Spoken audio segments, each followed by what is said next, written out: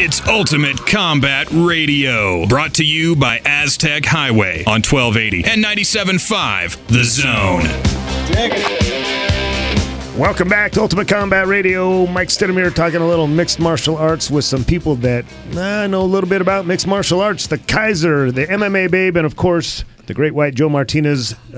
Joe, since your segment got cut short, we're going to try this again. And I know you've been trying to get this on for at least a week.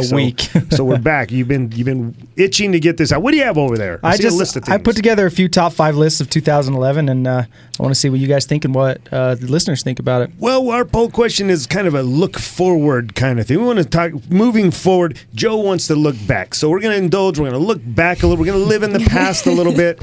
We're gonna enjoy the 2011, and then once we're done with this, we're moving on. Right, we're going forward. All right, I'll throw this away. We're going for Joe to kick some butt in his fight coming up. All those cool things that are yet to happen. But let's take a look back. All right, I got my top 5 KOs of the year. We'll go from 5 down. So Conde versus Don Hyun Kim. But a lot of people probably don't know. What? Carlos Conde versus Don Hyun Kim. Done what? Number 4, Stefan Struve versus Travis Brown. Travis Brown, they're both tall guys, and he threw the Superman punch. And Struve is 6'11", so just watching him get knocked out cold and falling that far was pretty cool to watch. So, yeah, it's like Timber going down, right? All right. And it was a brutal knockout. Congo versus Pat Barry, where Pat Barry was knocking out Congo. Congo came back with the punch and laid him out. So awesome. Yeah, okay, so he like cracked him a good one, and then Congo was like going out on the cage and threw a punch and knocked him out cold. See, and if Brandon chimes in remembering it, here's the thing, that the last year Brandon wasn't exactly 100% sober at all these events, but if it's shining through to him, he's like, that was a good one. And then we got number 2, Machida with the front push kick to Couture's face. How is anybody going to beat that? That's got to be number 1. Anderson Silva, front push kick to Belfort's face. All right, I stand corrected.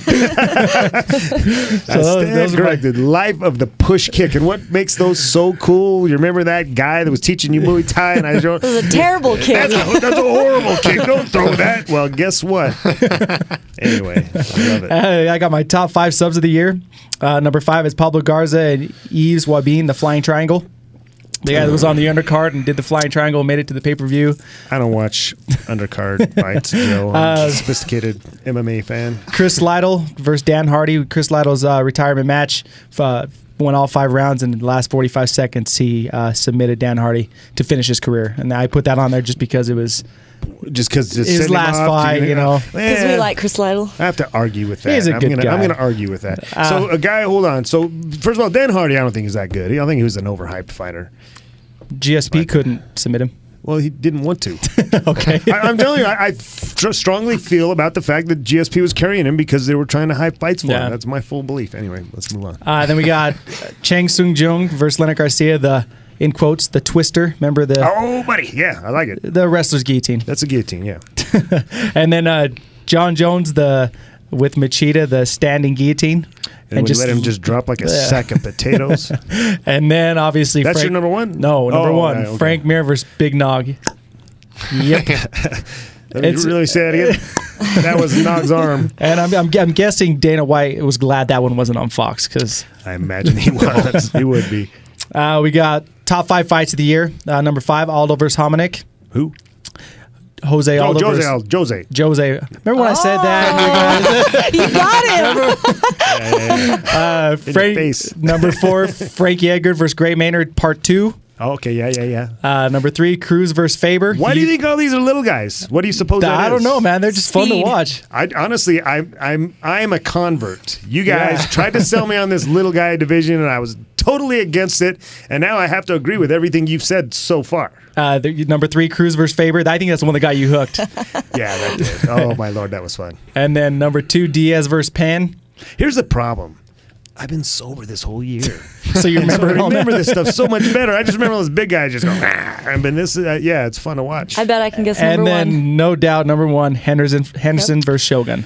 Without a doubt. So he crushed all those little guy fights just in that one fight. That's probably fight of century. That's one of the greatest fight I've ever seen. It was a funny thing because I remember I hadn't watched that show, and you guys kept telling me, you got to watch it. And it's hard to go back after you know the outcome and really appreciate. That fight was awesome. I don't care who you are or when you saw it. I TiVoed it and watched it two or three more times. So, and then my last one, and I made this just so... Well, you'll find out soon enough. Your last top five? My top 5 MMA personalities of the year.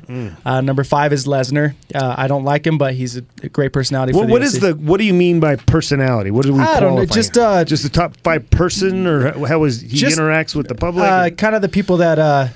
his interaction with stuff like just when we get to number 1, you'll know exactly what I'm talking about. Number 4 is Tito Ortiz, just because you love to hate him. I hate both of them. Number 3, Nick Diaz. You got it. Oh, there's 3. Are you sure this isn't a top 5 bag? Well, here we go. Number 2, Rampage. You got to love him. He's just Rampage. He humped Robertina's leg. You can't say that word again. And number 1, Chael Sonnen. And that's the only reason I made that list, so I can put Chael Sonnen at the top of the list. Where's Johnny Ritchie in all of that? It wasn't the top 5 hated. Oh, and the top 5 personalities. Okay, well, no, Johnny's not top 5 hated. He's just a ding dong. So, I have to agree with that one too. 1 minute. Those are my top 5s. And so I guess you were just thinking of fighters when you were talking about that, because I know how much you love Joe Rogan. Yeah, and I actually went through that. I put Joe Rogan on there, and I was like, we're going to do fighters. Yeah. Can you believe Diaz, Tito, and Lesnar beat Joe Rogan? What a joke. Yeah, we're Dana White too. He's a heck of a personality as well. All right, well, interesting stuff. I'm glad you got it out of your system, Joe, because I didn't want to get tattooed with a 5 this week when we're sparring. So great work, and I want to send everybody off with a little message. I'm not a guy that plays rah-rah and says that, hey, this show is going to be epic.